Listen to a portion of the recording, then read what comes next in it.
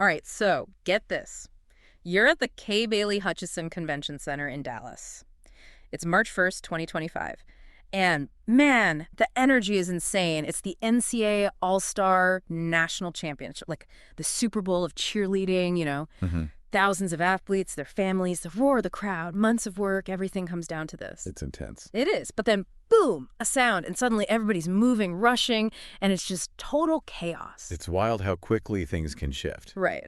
So that's what we're diving into today, the NCAA championship panic. Like, how did this moment, this perceived danger, just turn everything upside down? Yeah, and the thing is, it wasn't some huge event that caused it. It was something really small, actually.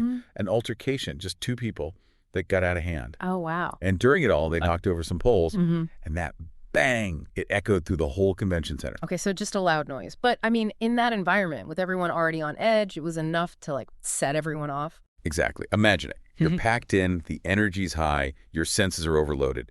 Then there's a loud, unexpected sound. Your brain, especially in that state, it's going to interpret it as a threat. Right, fight or flight. Exactly. So people's fight or flight kicks in. What happens next? Did everybody just immediately think it was, like, gunshots? Well, we can't know for sure what everyone thought. Yeah. But eyewitnesses said that sound, the poles, plus the whole context of the event, it led a lot of people to believe shots had been fired. And once that idea gets out there... Oh, man, it spreads like wildfire. Exactly. So it's pandemonium. People are running, trying to get away from what they think is an active shooter situation. That's terrifying. It's like that experiment where they put a bunch of people in a room and then one person starts freaking out and then suddenly everyone's panicked. Oh, yeah. Is that kind of what happened here? Like this mass hysteria almost? That's a great comparison. Panic, it has this powerful social element to it. We look to others for cues on how to act, especially when we don't know what's going on. So when you see people running, screaming, your brain says, danger, even if you haven't actually seen anything yourself. Wow. So even if you were calm at first, seeing others panic can actually make you panic too. It can. I wonder how many people were actually hurt in all the chaos. 10 people had to be taken to the hospital. Injuries ranged from, like, bruises and scrapes to even a broken leg. Probably from getting trampled in the rush. Oh, geez. Shows how fast panic can turn dangerous, even when the initial threat wasn't real. And think about the emotional toll, too. Imagine being separated from your family in that kind of situation, not knowing if they're okay. Did the organizers have, like, a system to help people find each other? They did. They set up a family reunification center at the convention center, which is pretty standard for emergency response. That detail, though, it really tells you how chaotic things were. Yeah. That's intense. Just waiting, not knowing if your loved ones are okay. You mentioned the Dallas Police Department responded quickly. So once they figured out there wasn't an active shooter, what did they do? They put out a statement right away. They were very clear. No active shooter. The noise was just from that altercation and the equipment falling. Getting that message out fast was really important. Right, to stop the rumors and calm people down. So clear communication was key. I'm curious, how did they get the message out so fast? Just social media or... That's a good point. It brings up something really important about handling crowds and emergencies. It's not just about the message. You need different ways to reach people quickly. Yeah, in a panicked crowd, nobody's going to be scrolling through Twitter. Right. So what else could they have used? Well, they probably have a PA system, right? Loudspeaker announcement. Exactly. Those are essential. You can get a message out to a huge area instantly. Even when you're panicked, a loud, clear voice on the speakers, it grabs your attention. Right. So quick action by the police, a clear message, using different ways to communicate, it all helped to contain the situation. It's kind of crazy to think how many things had to go right to keep it from getting even worse. Absolutely. And it really shows that even though it was a false alarm that started the panic, how the authorities responded and the systems they had in place, that made a big difference. But even with a fast response, the event was still disrupted. So what happened after things calmed down a bit? Well, the NCA, they had to make a tough call.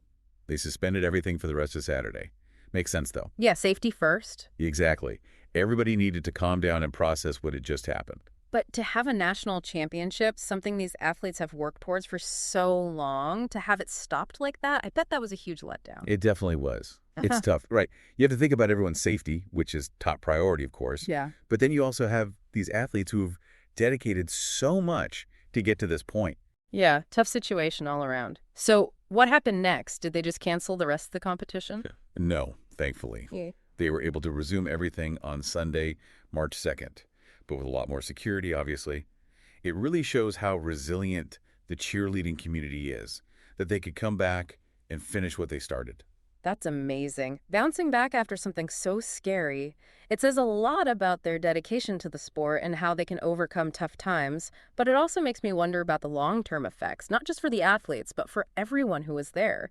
Is that something we'll be getting into later? Absolutely. We'll definitely be exploring the psychological impact and how important it is to offer support to people who've gone through something like this. It's important to remember, though, even though they did resume the competition, that experience, it probably stuck with a lot of people. Those kinds of events, they can really leave a mark.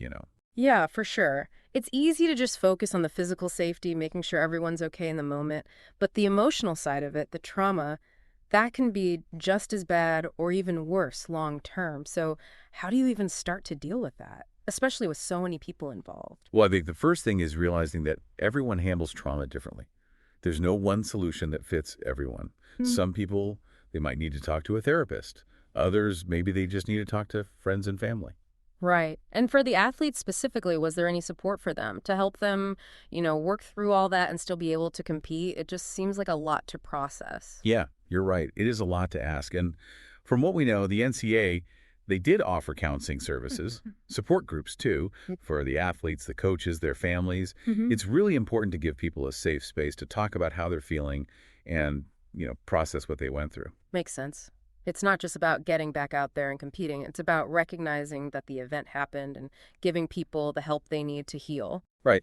And this whole thing, as scary as it was, it can actually teach us something. It makes us think about how prepared we are, both individually and as a society, for these kinds of situations. So let's talk about that. What can we learn from the NCAA championship panic? And how can we use those lessons to prevent something like this from happening again? One of the biggest takeaways, I think, is how crucial crowd management is and emergency preparedness, Yeah. especially in these big venues. I mean, think about it. We're in huge crowds all the time for sports, concerts, all sorts of things.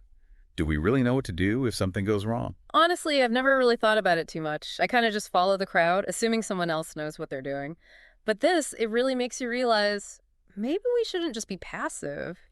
So what can we do? Like if we're at one of these events, what are some things we can do to be more prepared? It starts with awareness. When you get to a place, take a minute to just look around. Where are the exits? What are the emergency procedures? I gotta admit, I usually just head straight for my seat. But I guess those few minutes could make all the difference if something happened. For sure. And it's not just about knowing where the exits are. It's also about your mindset. Have you ever been in a big crowd and felt like you had to just go with the flow, even if it didn't feel safe? Oh yeah, totally. Like at a concert, when everyone's pushing towards the stage, it's like you get caught up in it and it's hard to think straight. That's your fight or flight response. It's Oh. natural, but you got to be aware of it so you can make better decisions in a crisis. Right. Okay. So being aware of where you are and how you're reacting, that's important. But what about the people who organize these events? What can they do to prevent panic or at least keep it under control? Lots of things, actually. First off, having enough security is huge. Having visible, well-trained security, it can prevent problems and make people feel safer. Yeah, seeing security guards around it definitely helps. But how do you stop those initial misinterpretations that start the panic in the first place? Like in this case, the poles falling, people thought it was gunshots. Is there any way to prevent that kind of thing? That's where design and technology can help. You can design a place with the acoustics in mind, so you minimize echoes and stuff that could make sounds louder and confuse people. Oh, interesting. So like thinking about how sound travels in a space and how that might affect people. Yeah, exactly. And technology can play a role too.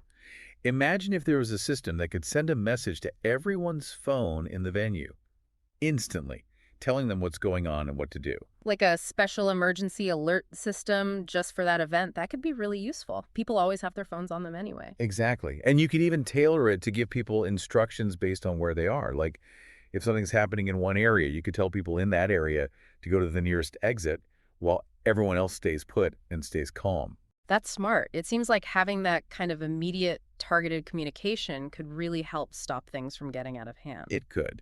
And it's not just about the technology. It's about training staff to handle emergencies properly, having clear evacuation plans, doing regular drills to practice those plans. It's like creating a safe environment for a big event, It's a whole science in itself. It is. And it's always changing. As crowds get bigger and the world gets more unpredictable, we have to be proactive about finding ways to minimize risks and keep people safe. So this thing with the NCA championship, as scary as it was, it's actually brought up a lot of important issues and potential solutions. Absolutely. It started a conversation that we need to keep having. We need to be thinking about these things, not just for big events, but for everyday life, too. Okay, so we've talked about what happened, the response, the emotional impact, and some possible solutions for the future. But there's one more thing I'm curious about. You mentioned they increased security when the competition resumed on Sunday. What did that actually look like? Well, from what we've heard, they had more bag checks, metal detectors at all the entrances, and a lot more security guards visible throughout the venue. So pretty typical security stuff, but did it actually make people feel safer? Hard to say for sure. Some people, maybe they felt better with more security. Others, maybe it made them more nervous, like a constant reminder of what happened. Yeah, I can see that. Like, you want to feel protected, but you also don't want to be constantly thinking about the possibility of something bad happening. It's a tricky balance. You got it. And it brings up an interesting question. How much security is enough? At what point does it start to affect people's enjoyment or even their freedom? That's a really good point. It's like, how much is too much? When does it become, like, overbearing? It's complicated. Mm. No easy answers. But it's something we need to talk about. As technology gets more advanced and the world gets more connected, we have to find ways to use that technology to our advantage, but without sacrificing individual liberties. That makes sense. It's like, we don't want to live in a world where we're constantly being watched and controlled, but we also want to feel safe, you know? Exactly. And I think the NCAA championship panic, it can actually help us make positive changes. It forces us to face these tough questions and really think about how we can create a safer, more resilient world. Okay, so let's switch gears a bit. There's something that really stood out to me about all this. We've been talking about the panic, the fear, the security measures, but there's another side to this. The cheerleading community, they were so resilient. Absolutely. Amidst all the chaos and fear, there were also countless acts of kindness, courage, people helping each other out. Yeah, like the athletes coming back to compete the next day. That takes guts. It's like they refuse to let fear win. It is. And it shows how powerful community can be, how people come together when things get tough. Think about it. These athletes, they'd trained for months, some for years, for this moment. And then boom, everything's different. Yeah, their world got flipped upside down. But they didn't give up. They supported each other, rallied together, and found a way to keep going. It's a great reminder that even when things are really bad, there's always hope. Always that potential for human connection, for resilience, for overcoming challenges. It's inspiring. Were there any specific stories or examples of this resilience that really stood out to you? Oh, definitely. Tons of stories of athletes comforting each other, parents protecting their kids, complete strangers helping each other to safety. Like, even in all the chaos, the best of humanity came out?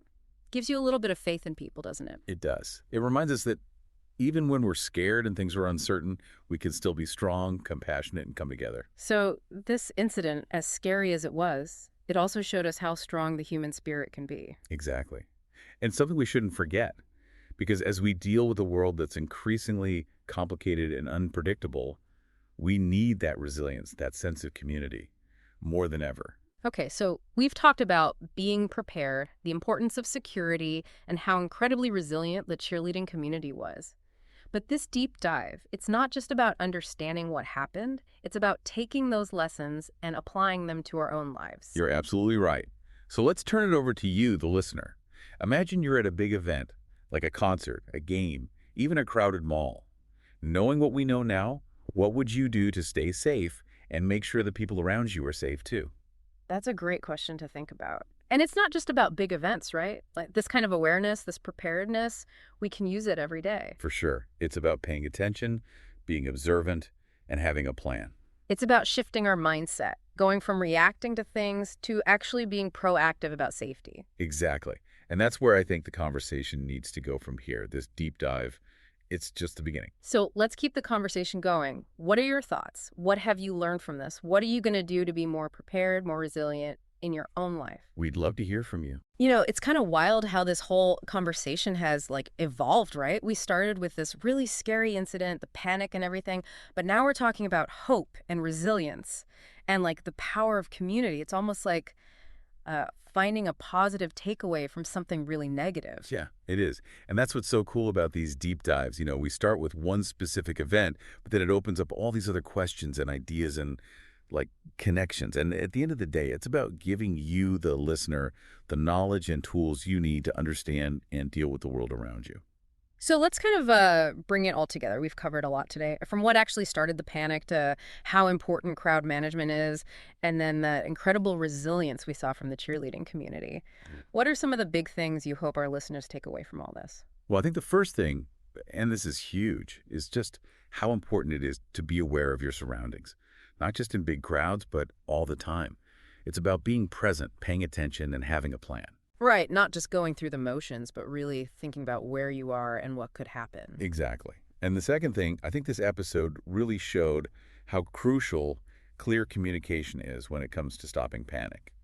Whether it's the authorities getting the right information out or people letting their loved ones know they're okay, clear and quick communication can be like a lifesaver. Yeah, it's about cutting through the noise, literally and figuratively, and making sure everyone has the info they need to make good decisions. Exactly. And then lastly, I hope this deep dive has left you, the listener, with a feeling of, hope and a sense of your own strength. We've seen that even when things are scary and tough, people can be incredibly resilient. We can support each other, overcome obstacles, and make the world a better, safer place. So, as we wrap up this deep dive, I think a good question for our listeners to think about is, we've talked about being prepared for the unexpected, but what about those times when something happens totally out of the blue? Like, what can you do in those few seconds when that fight or flight response kicks in and your brain's not really thinking clearly? That's a great question. It's something we can all practice, even in small ways. Think about it. Have you ever been startled by something, like a loud noise or someone suddenly appearing? How do you usually react? Oh, yeah, I definitely jump. My heart races and I feel like running away. That's your body's natural response. Yeah. But the cool thing is, we can train ourselves to pause, even just for a tiny bit, before we react, to breathe, look around, and then choose a smarter way to respond. So it's like building up those mental muscles to resist that initial panic, creating a little space between what happens and how we react. Exactly. And it's not about ignoring your emotions or pretending you're not scared. It's about recognizing those feelings and then deciding how you want to act. Like taking control of your fear instead of letting it control you. You got it. And it's a skill you can get better at over time.